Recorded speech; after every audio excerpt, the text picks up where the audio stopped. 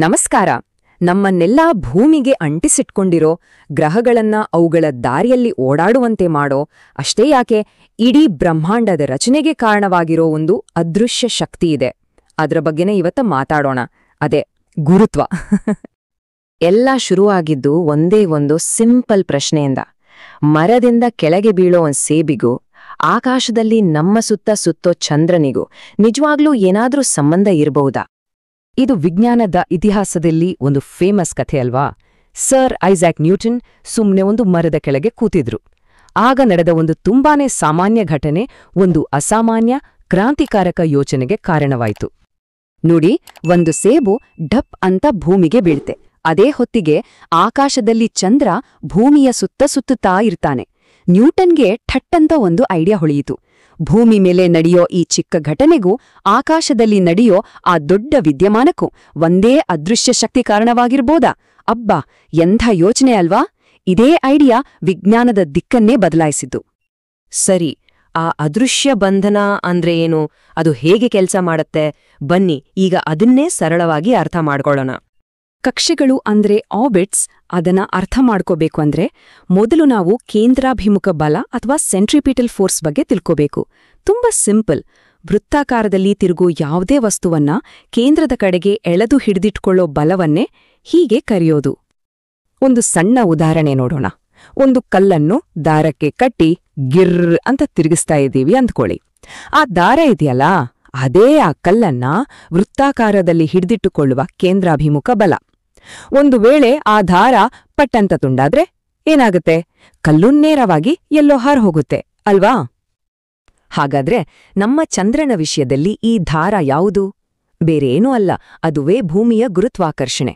ಅದೇ ಚಂದ್ರನನ್ನ ತನ್ನ ಕಕ್ಷೆಯಲ್ಲಿ ಅಂದ್ರೆ ತನ್ನ ದಾರಿಯಲ್ಲಿ ಹಿಡಿದಿಟ್ಕೊಂಡಿರೋ ಸೆಂಟ್ರಿಪೆಟಲ್ ಫೋರ್ಸ್. ಈ ಅದೃಶ್ಯ ದಾರ ಇಲ್ಲದಿದ್ರೆ ಚಂದ್ರ ಯಾವತ್ತೂ ದೂರ ಬಾಹ್ಯಾಕಾಶದಲ್ಲಿ ಕಳೆದು ಹೋಗ್ತಾ ಇದ್ದ. ಈ ಅದ್ಭುತವಾದ ಯೋಚನೆ ಇದೆಯಲ್ಲ, ಇದು ವಿಜ್ಞಾನದ ಇತಿಹಾಸದಲ್ಲೇ ಅತ್ಯಂತ ಪ್ರಮುಖವಾದ ನಿಯಮಗಳಲ್ಲಿ ಒಂದಕ್ಕೆ ದಾರಿ ಮಾಡಿಕೊಟ್ಟಿತು. ಅದನ್ನೇ ನಾವು ವಿಶ್ವವ್ಯಾಪಿ ಗುರುತ್ವ ನಿಯಮ ಅಂತ ಕರೆಯೋದು.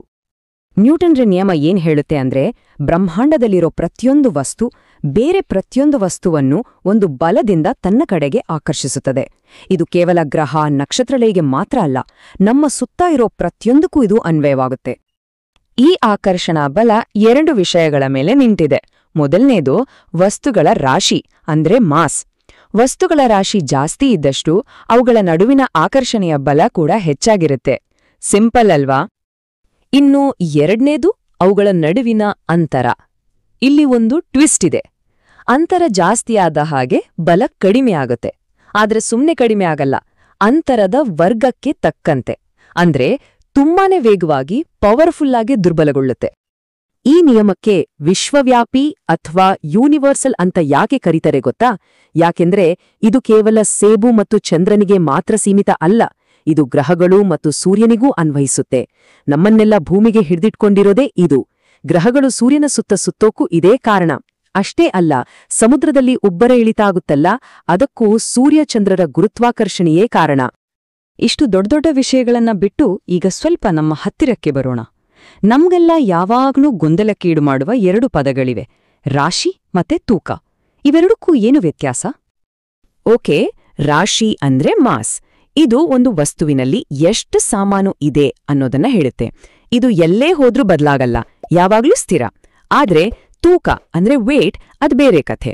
ತೂಕ ಅನ್ನೋದು ಆ ವಸ್ತುವಿನ ಮೇಲೆ ಗುರುತ್ವಾಕರ್ಷಣೆ ಎಷ್ಟು ಬಲವಾಗಿ ಎಳಿತಾ ಇದೆ ಅನ್ನೋದು. ಸೊ ಇದು ಜಾಗದಿಂದ ಜಾಗಕ್ಕೆ ಬದಲಾಗುತ್ತೆ. ಅದಕ್ಕೆ ರಾಶಿಯನ್ನ ಕಿಲೋಗ್ರಾಂನಲ್ಲಿ ಅಳತೆ ಮಾಡಿದ್ರೆ ತೂಕವನ್ನ ನ್ಯೂಟನ್ ಅನ್ನೋ ಯೂನಿಟ್ನಲ್ಲಿ ಅಳತೆ ಮಾಡ್ತಾರೆ. ಇದನ್ನೇ ಹೀಗರ್ಥ ಮಾಡ್ಕೋಬಹುದು, ಒಬ್ಬ ವ್ಯಕ್ತಿಯ ರಾಶಿ ಭೂಮಿ ಮೇಲೆ ಎಷ್ಟಿದೆಯೋ ಚಂದ್ರನ ಮೇಲೂ ಅಷ್ಟೇ ಇರುತ್ತೆ. ಯಾಕಂದ್ರೆ ಅವರಲ್ಲಿರೋ ದ್ರವ್ಯದ ಪ್ರಮಾಣ ಬದಲಾಗಲ್ಲ, ಆದ್ರೆ ಅವರ ತೂಕ ಮಾತ್ರ ಬೇರೆ ಬೇರೆ ಇರುತ್ತೆ. ಯಾಕಂದ್ರೆ ಗುರುತ್ವಾಕರ್ಷಣೆಯ ಬಲವೇ ಬೇರೆ ಬೇರೆ. ಅಂದ್ಹಾಗೆ ಚಂದ್ರನ ಮೇಲೆ ಒಂದು ವಸ್ತುವಿನ ತೂಕ ಭೂಮಿ ಮೇಲಿನ ಅದರ ತೂಕದ 1/6 ಭಾಗದಷ್ಟು ಮಾತ್ರ ಇರುತ್ತೆ. ಅಂದ್ರೆ ಇಲ್ಲಿ 60 ಕೆಜಿ ತೂಕ ಇದ್ರೆ ಅಲ್ಲಿ ಬರೀ 10 ಕೆಜಿ ತೂಕ ಇರುತ್ತೆ.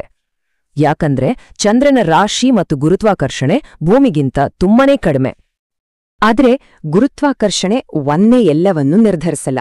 ಅದರಲ್ಲೂ ನೀರು ಅಥವಾ ಬೇರೆ ದ್ರವಗಳಲ್ಲಿ ಅದರ ವಿರುದ್ಧವಾಗಿ ಕೆಲಸ ಮಾಡೋ ಇನ್ನೊಂದು ಪ್ರಮುಖ ಶಕ್ತಿ ಕೂಡ ಇದೆ. ಅದನ್ನ ಪ್ಲವನತೆ ಅಥವಾ ಬೋಯನ್ಸಿ ಅಂತ ಕರೀತಾರೆ. ಅಂದ್ರೆ ಒಂದು ದ್ರವದಲ್ಲಿ ಏನಾದ್ರೂ ವಸ್ತುವನ್ನ ಹಾಕಿದಾಗ ಆ ದ್ರವವು ಆ ವಸ್ತುವನ್ನ ಮೇಲಕ್ಕೆ ತಳ್ಳುತ್ತೆ.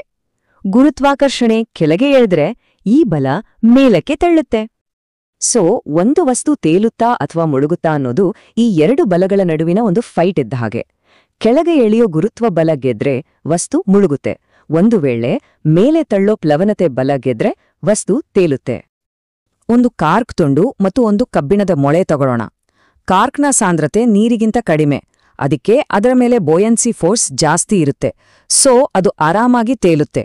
ಆದರೆ ಮೊಳೆಯ ಸಾಂದ್ರತೆ ನೀರಿಗಿಂತ ಜಾಸ್ತಿ, ಹಾಗಾಗಿ ಅದರ ತೂಕ ಗೆಲ್ಲುತ್ತೆ ಮತ್ತು ಅದು ಢುಂಗ್ ಅಂತ ಮುಳುಗಿ ಹೋಗುತ್ತೆ. ನೋಡಿದ್ರಾ, ಒಂದು ಸೇಬು ಬೀಳೋದ್ರಿಂದ ಶುರುವಾದ ಒಂದು ಚಿಕ್ಕ ಯೋಚನೆ ಇವತ್ತು ಇಡೀ ಗ್ಯಾಲಕ್ಸಿಗಳು ಅಂದ್ರೆ ನಕ್ಷತ್ರಪುಂಜಗಳು ಹೇಗೆ ರಚನೆ ಆಗುತ್ತೆ ಅಂತ ವಿವರಿಸುವಷ್ಟು ದೊಡ್ಡದಾಗಿದೆ. ಗುರುತ್ವ ಅನ್ನೋದು ಕೇವಲ ಗ್ರಹಗಳಂಗ ಹಿಡಿದಿಡೋ ಶಕ್ತಿಯಲ್ಲ, ಅದು ಇಡೀ ಬ್ರಹ್ಮಾಂಡದ ಶಿಲ್ಪಿ. ಹಾಗಾದ್ರೆ ಈ ಅದೃಶ್ಯ ಶಕ್ತಿ ನಮ್ಮ ವಿಶ್ವದ ಬಗ್ಗೆ ಇನ್ನೇನೆಲ್ಲ ರಹಸ್ಯಗಳನ್ನ ತನ್ನೊಳಗೆ ಬಚ್ಚಿಟ್ಕೊಂಡಿರ್ಬೋದು? ಯೋಚನೆ ಮಾಡಕ್ಕೆ ಎಷ್ಟು ವಿಷಯಗಳಿದೆ ಅಲ್ವಾ?